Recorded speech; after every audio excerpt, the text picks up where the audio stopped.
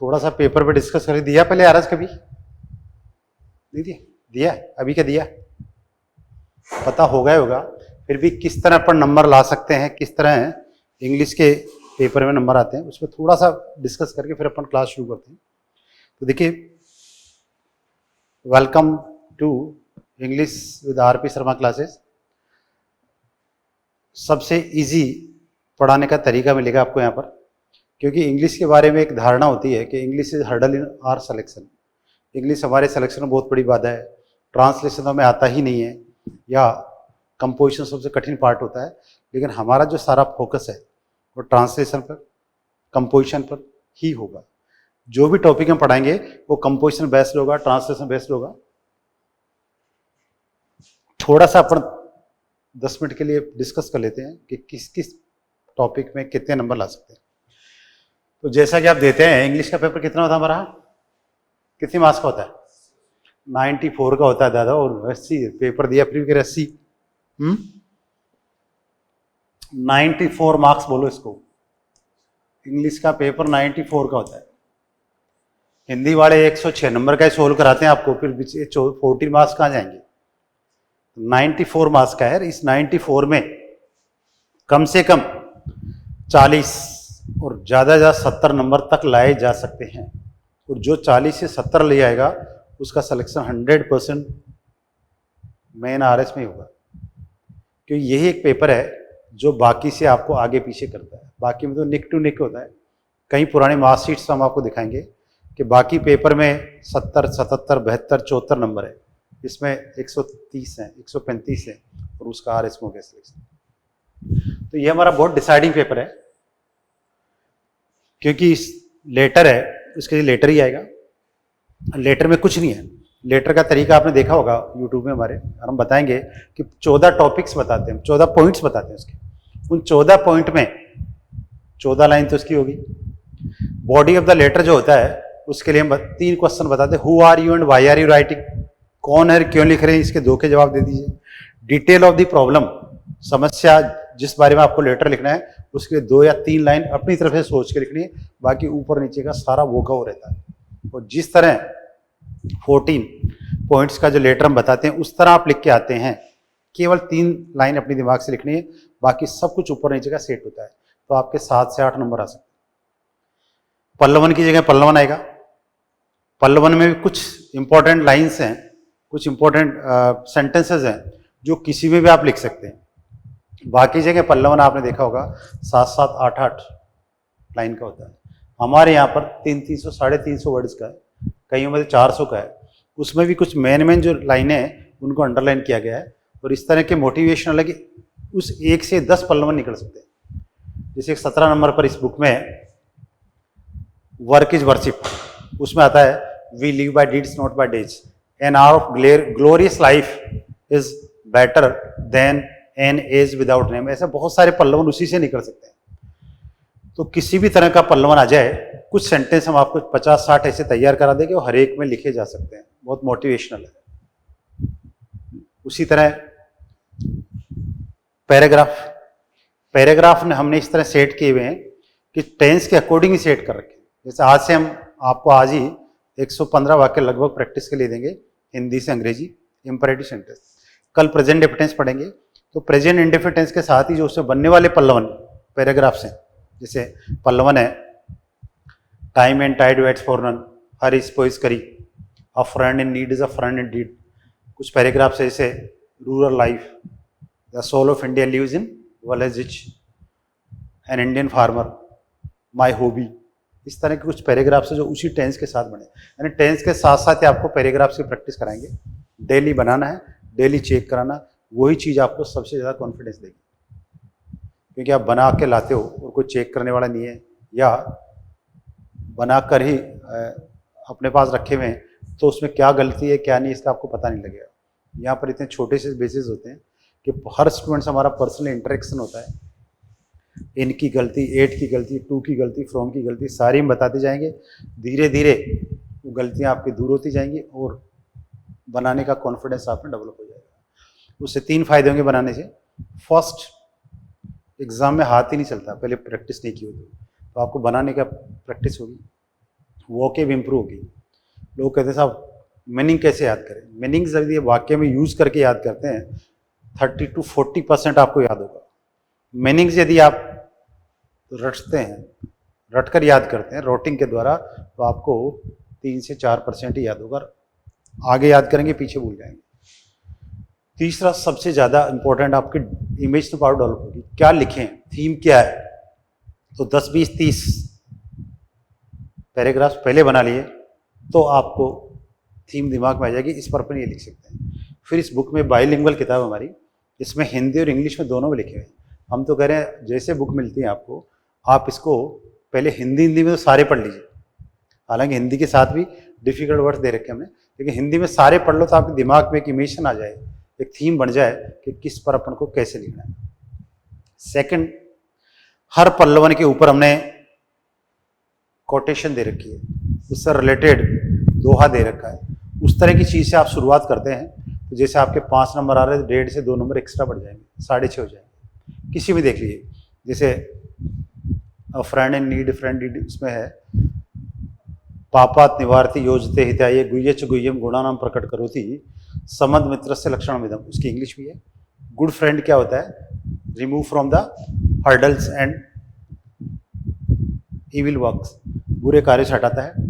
Devote, make us devote in good work, अच्छे कार्यों में लगाता है। एंड रिमूव आर इविल, हमारे बुराइयों को दूर करता है। These are the symptom, these are the qualities of good friend. जैसे हेस्ट मैक्स वेस्ट, उसमें धीरे धीरे रे मना धीरे सब कुछ होए, माली सींचे सोगड़ा ऋतु आए फल होए। तो हिंदी के दोहे भी हम इतने ज़्यादा बोलेंगे, 100 से 150, वो आपके हिंदी के पल्लवन में भी काम आएंगे और इंग्लिश के में आएंगे। अभी हिंदी का जो पल्लवन आया था वो भी हमारे इस किताब से आया था। Prosperity finds good friends, adversity tries them, यानी अच्छे समय में कई मित्र आ जाते हैं लेकिन बुराई में उनकी परीक्षा होती है। ये पल्लवन इसमें से आया था, हिंदी का पल्लवन। तो ये पूरा पेपर एक तरह से आपका 80% पेपर कवर हो जाएगा इसमें, बाकी जो बच गया हो हिंदी तो पढ़ सकते हो। तो एक अलग ही कॉन्फिडेंस आपको 2 क्लासेस के बाद आ जाएगा। 2 क्लास के बाद आपको 100% अपने हाथ से बनाना जाएगा। तो थोड़ा सा अपन बात कर लें पेपर की। 1 to 10, पहला बी पार्ट की बात करूं, जो 80 नंबर का मानती हो ना आप,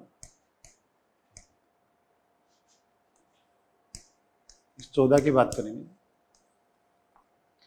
तो ये ग्रामर होता है और इसमें आप बुरे से बुरे 8 और बढ़िया से बढ़िया 10 नंबर ला सकते हैं, क्योंकि जो कुछ हम करवाते हैं उसका इतना प्रैक्टिस मटेरियल है, उसकी इतनी ज़्यादा बढ़िया एक्सरसाइज है कि एक ही नियम के 30-30, 40-40 वाक्य दे रखे हैं। तो उसके अकॉर्डिंग प्रैक्टिस करते हैं तो इसमें पूरे 10 में से 10 नंबर आ सकते हैं। अब के भी ज़्यादातर स्टूडेंट्स का पेपर ख़राब हुआ था और ये पार्ट भी ख़राब हुआ था क्योंकि सीक्वेंस थोड़ा सा चेंज किया था। अपन सीक्वेंस पर ध्यान देते हैं, प्रैक्टिस पे ध्यान नहीं देते। We need thorough practice, thorough practice बहुत ज़रूरी है, कंटिन्यूस प्रैक्टिस बहुत ज़रूरी है। तो सीक्वेंस कहीं भी आ जाए कोई भी दिक्कत नहीं, लेकिन आए सरल थे वाक्य। जैसे देन आ गया, देन के साथ हमेशा ER या मोर आता है, कॉम्पिटिटिव होता है। वेन आ गया, वेन का खूब बताया था हमने कि वेन के साथ कहीं भी ऑलरेडी आ जाएगा, तो जिधर भी ऑलरेडी आएगा वो आपके हमारा पास perfect had plus already plus third form होगा। यू माइंड कहीं भी आता है, हमने बताया था यू माइंड के साथ हमेशा वुड आएगा। कल ही पढ़ लेंगे अपन, टू के बाद हमेशा वर्ब की फर्स्ट फॉर्म आती है, जिसका अर्थ ना ने नहीं होता, जाना टू गो, खाना टू ईट, खेलना टू, इस तरह। तो हमारे जो स्टूडेंट्स थे उनके लिए बहुत बढ़िया था पेपर। बाकी ज़्यादातर ये कहते पेपर कठिन था, जो कि कठिन नहीं था। ट्रांसलेशन बहुत ईजी थे। ट्रांसलेशन क्या होता है कि हमें करता ही पता नहीं लगता। हम आधा से पौन घंटे प्रैक्टिस आपकी सब्जेक्ट की कराएंगे। करता क्या होता है, यदि करता पहचान आ गया वाक्य में तो आपकी 70% प्रॉब्लम सोल्व होगी। बस करता लिखिए, पीछे से रिवर्स बन जाता है, लेकिन करता ही समझ में नहीं आता, दिक्कत ये। हम ये मानते हैं कि हम तो RS दे रहे, कर्ता के बारे में क्या जानेंगे। कर्ता के बारे में नहीं जानेंगे तो वाक्य कैसे बनेगा। तो इसमें आप आराम से 10 नंबर ला सकते हैं। बहुत लापरवाह हो, याद नहीं हो तो भी 8 तो आएंगे आएंगे। 11 से 20 वॉकेब के क्वेश्चंस होते हैं। इसमें 5 टॉपिक होते हैं हमारे वॉकेब में भी। Antonyms, synonyms, phrasal verbs, idioms and confusing words, one word 6 मान लीजिए। Antonym, synonym, phrasal verbs, idioms, phrasal verb idioms में से एक आता है ना, confusing words and one words. तो इसकी भी प्रैक्टिस आपको बिल्कुल बेसिक से करवाएंगे। बेसिक से मतलब वर्ड कैसे बना है, किस किस से मिलकर वर्ड बना, उसका अर्थ क्या होता है। तो इसमें भी आप आराम से, कोई बहुत कठिन आ जाए तो बात है, 6 to 8 नंबर ला सकते हैं। इसके बाद बी पार्ट होगा इसी का। बी पार्ट ये भी 30 मार्क्स का होता है। पहला 20 नंबर का होता है, बाकी के 30-30 के होते हैं ना। तो इसमें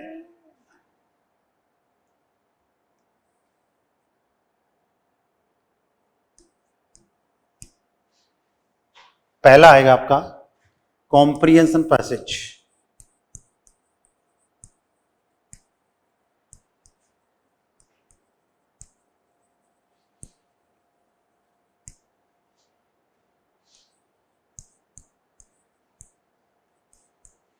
दस नंबर का होता है। 5 प्रश्न आते हैं, 2 नंबर के। 4 प्रश्नों के आंसर्स तो उसी में से मिलेंगे। आपके थोड़ा सा कठिन था, बाकी 4 प्रश्न तो ऐसे होते हैं जिसके आंसर यथावत ऐसे मिलते हैं। कैसे मिलते हैं, जैसे बताता हूं मैं आपको। हमारे 2018 में आया था एक passage, watch is the thing that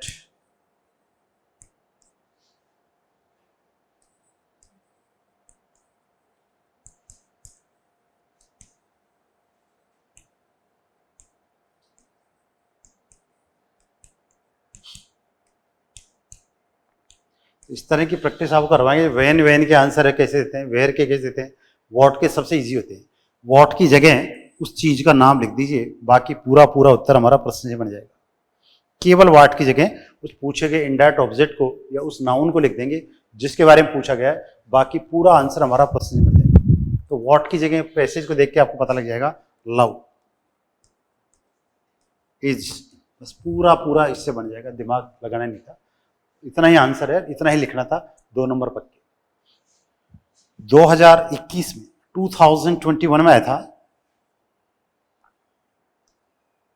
watch are required for success in life.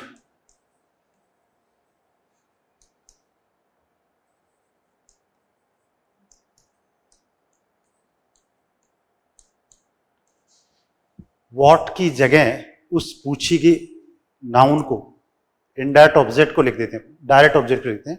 What हमेशा डायरेक्ट ऑब्जेक्ट के बारे में पूछता है, हुम हमेशा इनडायरेक्ट ऑब्जेक्ट के बारे में पूछता है। ऑब्जेक्ट हमारे इंग्लिश में 2 ही तरह के होते हैं, एक तो होता है डायरेक्ट ऑब्जेक्ट होता है सारी निर्जीव चीजें जो होती है ना, और इनडायरेक्ट ऑब्जेक्ट हमारे साथ ही होते हैं। साथ कौन से होते हैं, मी, अस, यू, हिम, हर, देम और इट, ये 7 इनडायरेक्ट होते हैं जिसके लिए हुम पूछता है।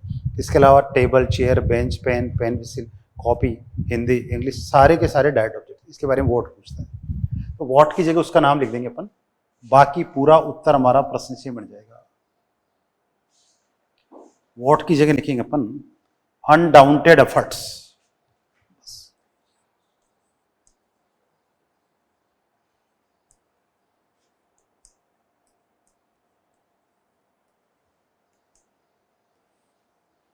अनडाउंटेड efforts are required for success in life. अभी प्रश्न आया नहीं था, वैसे इस साल के पैसे में था, what is the thing considered like toes, face etcetera. वो कौन सी चीज़ है जिसको हम टो की तरह या बाकी अंगों की तरह मानते हैं। तो व्हाट की जगह लिखते हैं केवल मेमोरी। जो पैसे था मेमोरी और रिमेम्बरिंग के बारे में था। तो what is difference memory and remembering. Memory remembering क्या अंतर है, मेमोरी इज एन ऑब्जेक्ट व रिमेम्बरिंग इज एन एक्टिविटी।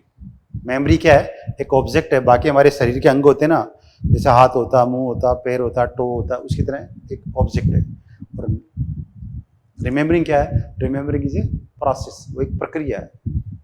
तो what is memory? Memory is object. What is remembering is an activity while memory is an object. ये तो what की जो उसका नाम लिख दिए, पूरा आंसर हमारा क्वेश्चन बन जाएगा। इस तरह की प्रैक्टिस अपन करेंगे। एक वन वर्ड आता है तो इस तरह 10 नंबर का ये है। इसके बाद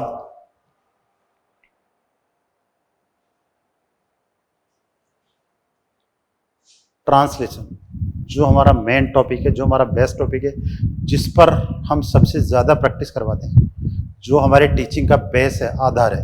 सारी टीचिंग हमारी ट्रांसलेशन बेस्ड ही होती है, सारी टीचिंग हमारी कंपोजिशन बेस्ड ही होती है।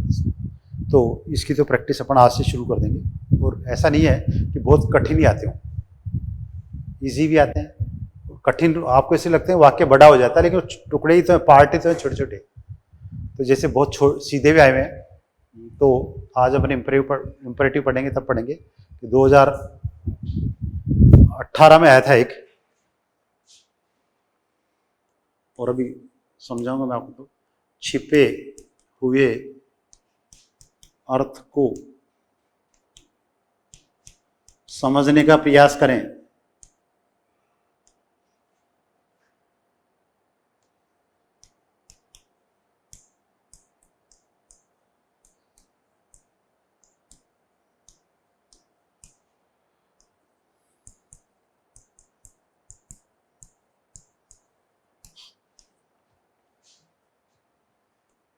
अभी कठिन लग रहा है, लेकिन थोड़ी देर बाद, 1 घंटे बाद, यही वाक्य आपको बहुत इजी लगेंगे।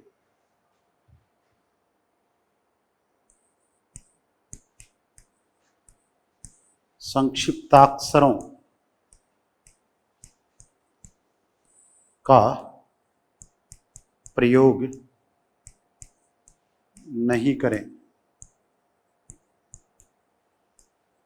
अभी थोड़ी देर में आ जाएगा। ये हमारे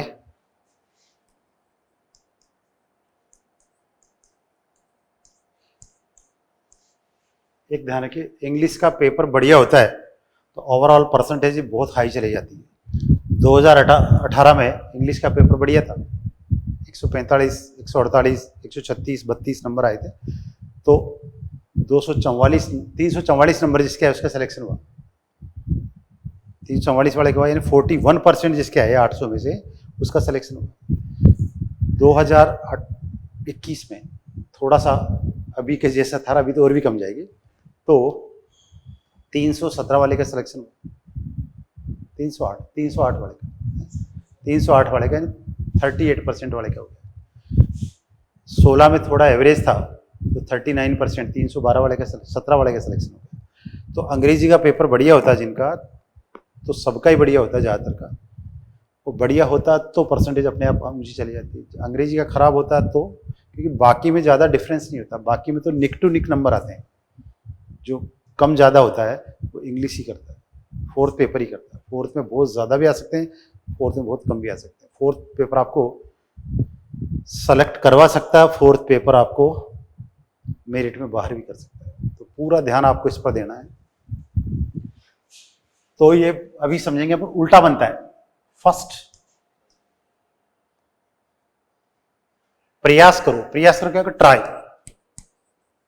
टू, छिपे अर्थ को समझना ईडीएम है, इसका अर्थ होता है read between the lines. Try to read between the lines.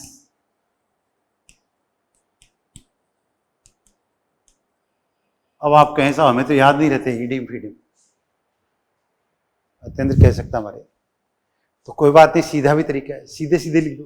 Try to understand the hidden meaning, वो भी चल जाएगा, दोनों ही सही है। संक्षिप्ताक्षरों का प्रयोग नहीं करें, ये भी इंपरेटिव सेंटेंस है। डू नॉट, अभी थोड़ी देर में समझ आ जाएगा ये तो आपको आज ही। Do not use the abbreviated form.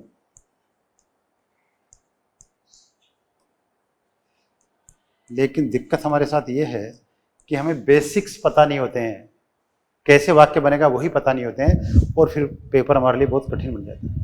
Basics clear होना बहुत ज़रूरी है। बेसिक्स जहाँ पर आ जाएंगे वहीं आपका कॉन्फिडेंस अपने आप ही बूस्टअप हो जाएगा। चलिए, अब ये तो बात होगी इसकी। इसके बाद आता है संक्षेपण। पल्लवन और संक्षेपण ऑपोजिट है। पल्लवन में आपको एक लाइन को 150 वर्ड में लिखना पड़ता है, 150 वर्ड में लिखना पड़ता है। संक्षेपण में आपको एक लाइन को 1/3 में लिखना पड़ता है। तो संक्षेपण में कला है, और किस तरह करते हैं, किस किस को हटा देते हैं, ये सारी चीज़ें आपको बताएंगे, लेकिन लास्ट में पढ़ेंगे अपन जब डायरेक्ट के बाद, क्योंकि संक्षेपण हमेशा 3rd पर्सन इनडायरेक्ट स्पीच में लिखा जाता है।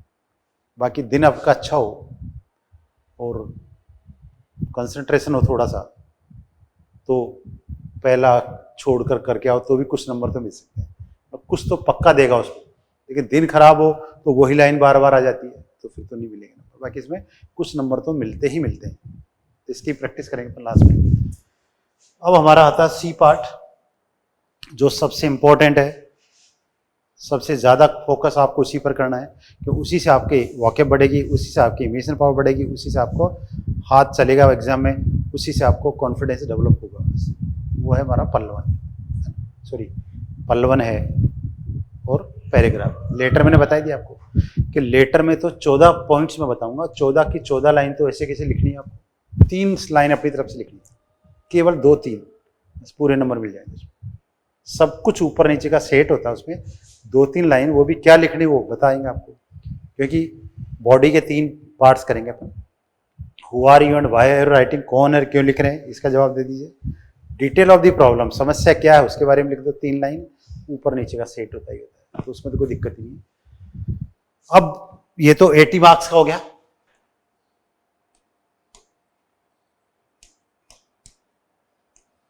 अब जो 14 मार्क्स का बचा हमारा, उसमें 4 मीनिंग आते हैं। एडमिनिस्ट्रेटिव वोकैबुलरी के 4 वर्ड होते हैं, और एक एक नंबर का एक शब्द होता है।